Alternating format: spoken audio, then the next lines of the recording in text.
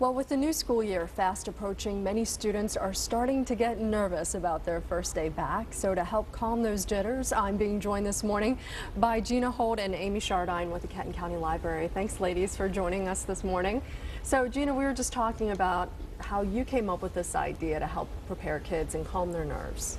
Yes, I had noticed that a lot of my Facebook friends were posting that their children were nervous about going back to school or going to kindergarten for the first time. And I thought, well, how can we help calm their nerves, help them be more prepared? And I talked with some of our librarians, and we came up with a list of books that can really help children for the first day of school. And so, Amy, you prepared a list. Let's talk about some of the books that we have here. I did. Well, there are so many books about getting ready to go back to school, and there's for the first time, child going to school for the first time, and then returning to school. It's just a lot of transition, and if a child has a book to read that helps them through that transition, it can really help calm them down, and they'll know what to expect. So we have a few here this morning. I know you told me one of your favorites is this one, Miss Kindergarten Gets Ready for Kindergarten, which is so sweet. Kindergartners are often really nervous. For some of them, it's their first time away from their parents, and they don't know what's going to happen all day.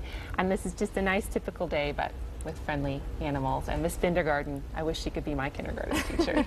She's so wonderful. I think as a parent, you're nervous for your child, and you want to calm their nerves as well. And you guys have a lot of resources available at the library to help both mom and dad and their child. Well, we do. We do a lot of programs and story times. I find one of the best things that parents actually find at the library is each other.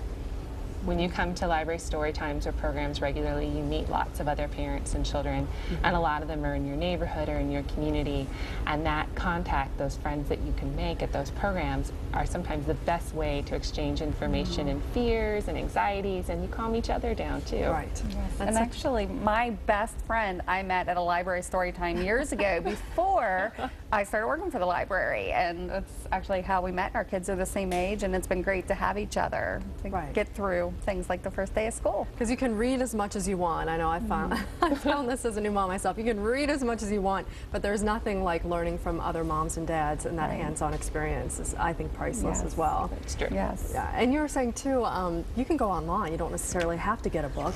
Right. The library has online programs too. We have online databases. Learning Express is one of my favorites that my kids use all the time. You can sign in from home. All you need is your library card number and an internet connection.